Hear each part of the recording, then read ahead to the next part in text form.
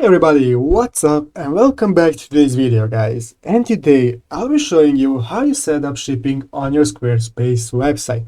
So yeah guys, make sure to watch this quick and easy video till the very end and follow my steps correctly so you can make sure this works the same for you. But yeah guys, let's get straight into it.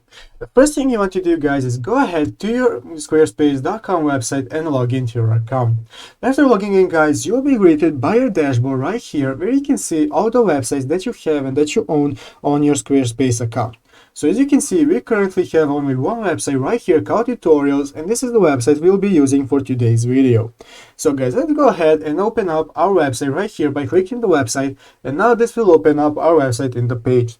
So guys, if you look at the left side of the screen, you have a couple options that you can use for editing your website, such as pages, design, commerce, and so on and so on.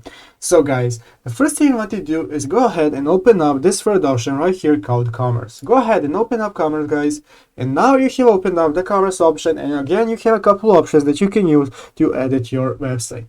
What we want to do is scroll down all the way down until we find this option right here called shipping. Go ahead and click this option right here called shipping. And now you will be given the prompt to add a shipping option and to set up a pickup. We want to go ahead and click on add shipping option. Click this button right here, and now you can select whatever you want. You can select a flat rate, you can depend on weight, you can use FedEx or something similar. Let's say we want a flat rate. Let's say the name is shipping option. After, you can select what is the, let's say we want to set $5 and $5 per item. And now guys, you can select your shopping zones, you can select to ship the rest of the world, and then you can click save. And now you have successfully added a shipping option. You can add as much shipping options as you want, and you can edit them as you want.